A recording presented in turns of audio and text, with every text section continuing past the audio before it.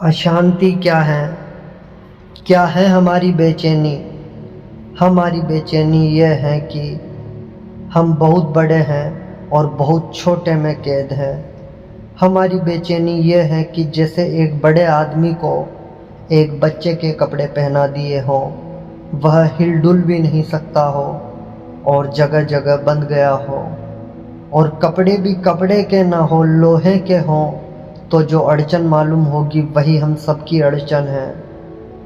हम हैं बड़े, बड़े नहीं, विराट, और बहुत छोटी देह में कैद है। घर बहुत छोटा है, निवासी बहुत बड़ा है। सब जगह अड़चन मालूम पड़ती है, सब जगह सीमा और सब जगह उपद्रव मालूम पड़ता है। कहाँ से निकलने की कोई जगह नहीं मालूम पड़ती, और कठिनाई बढ़ गई है क्योंकि जो हमारा कारागृह है उसे हमने अपना घर समझ लिया है। तो हम उसको सजाने में लगे हैं, हम उसका श्रृंगार कर रहे हैं, हम जगह जगह से उसकी सजावट कर रहे हैं।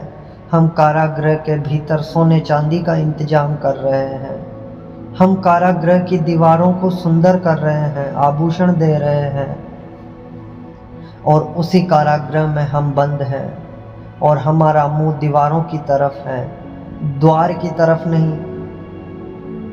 मुंह उस तरफ रहता है जिस तरफ आकर्षण हो, जहाँ आकर्षण वहाँ मुंह, जहाँ विकर्षण वहाँ पीठ। जब तक शरीर में आकर्षण है, मुंह दीवार की तरफ रहेगा, और जैसे ही शरीर में विकर्षण पैदा हुआ, मुंह शरीर की तरफ नहीं रह जाता, पीठ हो जाती है।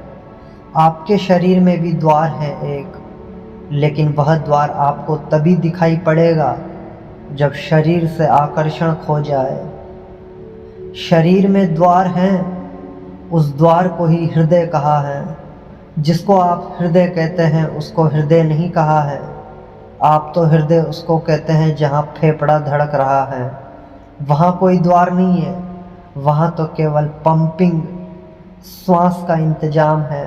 वहाँ तो खून और वायु का मिलन होता है, उससे हृदय धड़क रहा है। वह हृदय नहीं है। हृदय योग की भाषा में आपके भीतर उस द्वार का नाम है कि जब आप शरीर की तरफ से पीठ कर लेते हैं, जब आप शरीर को देखने के लिए भी उत्सुक नहीं रह जाते, जबकि शरीर में कोई भी रस नहीं रह जाता और विराग का जन्म होता है, तब अचानक आप उस जगह खड़े हो जाते हैं जहाँ हृदय है, जहाँ से द्वार है, जहाँ से घड़ा आकाश की तरफ खुलता है। आपके शरीर में बहुत तरह के द्वार हैं, लेकिन द्वारों का पता तभी चलता है जब आप द्वारों पर पहुँचे। जब तक आप न पहुँचे तब तक पता नहीं चलता। छोटा बच्चा है, उस छोटे बच्चे को कोई भी पता नहीं कि उसके भीतर शरीर में एक काम द्वार है, एक यौन द्वार है। उसे कोई पता नहीं। अभी वह बड़ा होगा, जवान होगा, और एक दिन अचानक उसे काम द्वार का पता चलेगा। उस काम द्वार के द्वारा वह संसार में प्रवेश कर सकता है। वह भी शरीर के बाहर जाने का एक मार्ग है। और ध्यान रहे, इसीलिए काम वासना की इतनी आतुरता है। उससे क्षण भर को हम शरीर के बाहर बह पाते हैं, लेकिन क्षण भर को शरीर भूल जाता है और हम प्रकृति में डूब जाते हैं। एक द्वार है मनुष्य का प्रकृति की तरफ, नीचे की तरफ, और एक द्वार है मनुष्य का परमात्मा की तरफ, ऊपर की तरफ। जब काम वासना से चित्त भरता है तो हम शरीर के निकटतम होते हैं, और जब हम शरीर के निकटतम होते हैं तो वह द्वार खुलता है जिससे हम और शरीरों के जगत में प्रवेश कर जाते हैं।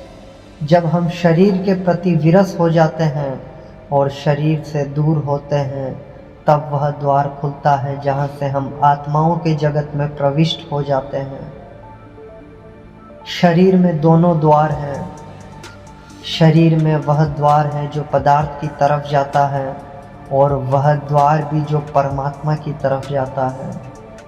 लेकिन शरीर के प्रति विरस हो जाए ऐसा सोच सोच कर नहीं होगा। ऐसा आप मन में सोचते रहे कि शरीर हड्डी मांस मज्जा है, कुछ भी नहीं, सोचने से नहीं होगा। सोचना तो बताता है कि आपको पता नहीं है, इसलिए सोच रहे हैं। अनेक लोग जिंदगी हो गई यही भाव करते रहते हैं बैठकर कि शरीर में क्या रखा है, लेकिन उनको मालूम है कि रखा है, तभी यह भाव करते हैं। यह बार बार कहने की ज़रूरत क्या है कि शरीर में क्या रखा है, यह वे अपने को ही समझा रहे हैं। अपने ही मन को समझा रहे हैं कि मन मत पड़ शरीर की बातों में, शरीर में कुछ रखा नहीं है। लेकिन यह मन कौन है जो शरीर में लग रहा है? यह वे ही हैं, वे खुद, और मन का रस अभी कायम है, इसलिए तो समझाना पड़ता है। यह सूत्र समझाने का नहीं है, इसको आप दोहराना मत। इसको बैठकर आंख बंद करके आप दोहराना मत। यह सूत्र उद्घाटन का है। इस सूत्र को समझकर आंख बंद करके शरीर के भीतर खोजना कि क्या यह सूत्र सच कहता है कि मांस मज्जा है। इसको मान मत लेना, इसको मानकर खतरा हो जाएगा। आप दोहराने लगेंगे, इसकी खोज करना, तलाश करना। हो सकता है ऋषि मजाक कर रहा हो सकता है झूठ बोल रहा हो। ऋषियों ने जो भी कहा है वह विश्वास करने के लिए नहीं है, खोजने के लिए है। आपके भीतर खोजना, टटोलना अपनी हड्डियों को, अपने मांस में अपने पंजों को गपाना और खोजना, अपनी खोपड़ी को छूना और देखना वहाँ क्या है, और सब तरफ से अपने शरीर से परिचित होना। जिस दिन यह परिचय हो जाएगा, और इसमें देर क्या है, यह तो आज हो सकता है। यह शरीर तो आपको मिला ही हुआ है, लेकिन आपने कभी इसकी खोज नहीं की, इसको आपने कभी जांचा परखा नहीं है। और ऐसा अजीब है आदमी कि आपको तो माफ भी किया जा सकता है। मैंने ऐसे डॉक्टर को जानता हूँ जिनका सारा अध्ययन, जिनकी सारी शिक्षा हड्डी मांस मज्जा की है, वे भी इतने ही मोहित हैं शरीर में। एक डॉक्टर का भी शरीर में मोहित होना चमत्कार है। इसका मतलब है अंधापन गजब का है, अंधेपन का कोई हिसाब नहीं। यह सर्जन की तरह यह डॉक्टर टेबल पर शरीरों को काटता रहता है और फिर भी मजनुओं की तरह लैलाओं के गीत गाता रहता है। तो चमत्कार इसको कहना चाहिए। ये ताबीज वगैरह निकाल देते हैं साईं बाबा, ये कोई चमत्कार नहीं है। चमत्कार ये है कि यह आदमी रोज़ काटता है मांस मज्जा को, और जब शरीर को खोलता है तो दुर्गंध की वजह से नाक बंद कर लेता है। एक एक हड्डी से, एक एक नस से परिचित है। भीतर सुंदर जैसा कुछ भी नहीं है, लेकिन बड़े मज़े की घटनाएं घटती हैं। मैं एक डॉक्टर को यह कह रहा था, मित्र हैं, वे कहने लगे आप कहते हैं तो मुझे ख्याल आया। मैं एक स्त्री का ऑपरेशन कर रहा था, और जब मैंने उसका पेट खोला तो नासिया,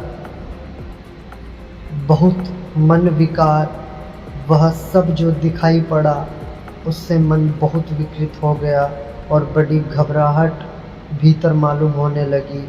यह एक तरफ चल रहा है, और उस डॉक्टर ने मुझे कहा, ईमानदार आदमी है, कि यह एक तरफ चल रहा है और पास में मेरे नर्स खड़ी है, उसमें मेरा रस भी चल रहा है।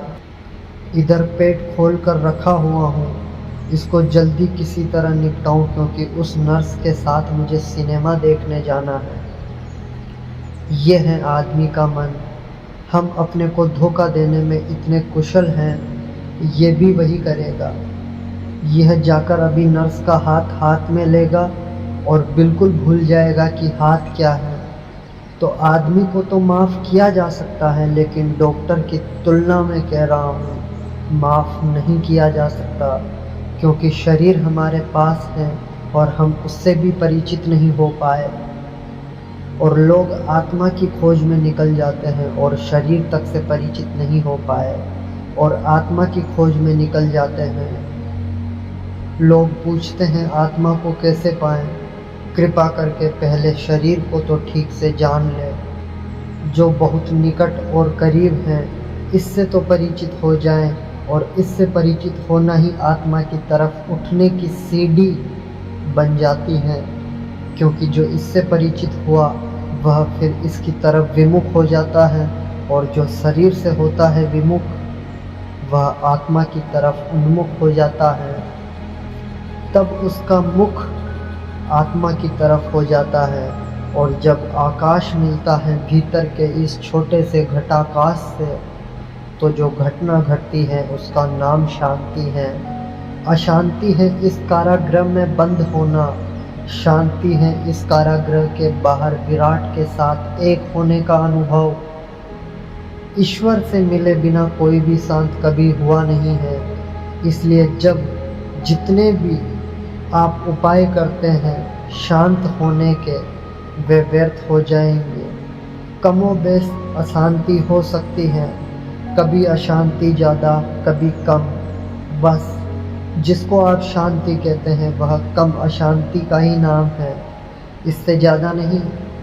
नॉर्मल अशांति, साधारण अशांति हो तो आदमी कहता है सब शांत है, सब ठीक चल रहा है। अशांति थोड़ी बढ़ जाती है तो थोड़ी दिक्कत मालूम होती है।